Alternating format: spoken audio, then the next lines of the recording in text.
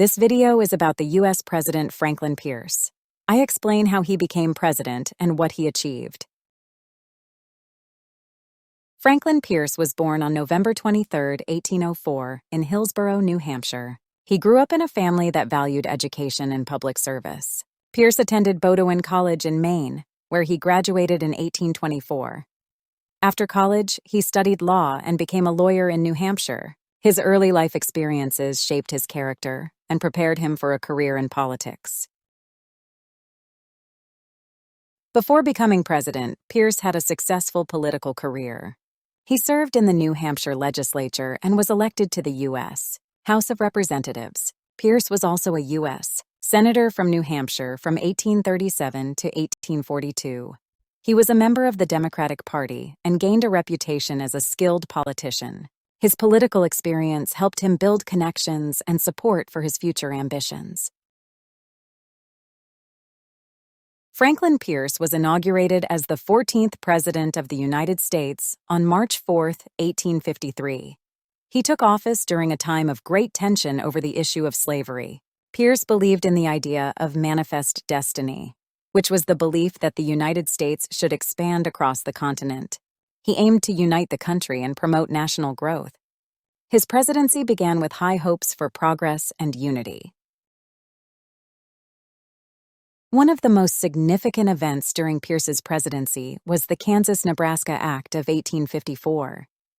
This law allowed the territories of Kansas and Nebraska to decide for themselves whether to allow slavery. The act was controversial and led to violent conflicts known as Bleeding Kansas. Pierce supported the act, believing it would help settle the issue of slavery in the territories.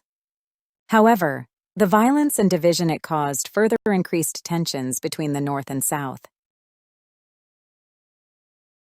Pierce's domestic policies focused on expansion and economic growth.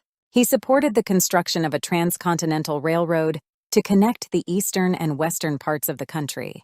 Pierce also aimed to improve relations with Native American tribes and promote settlement in the West. However, his policies often faced opposition from those who disagreed with his stance on slavery. The growing divide over these issues made it difficult for him to achieve his goals.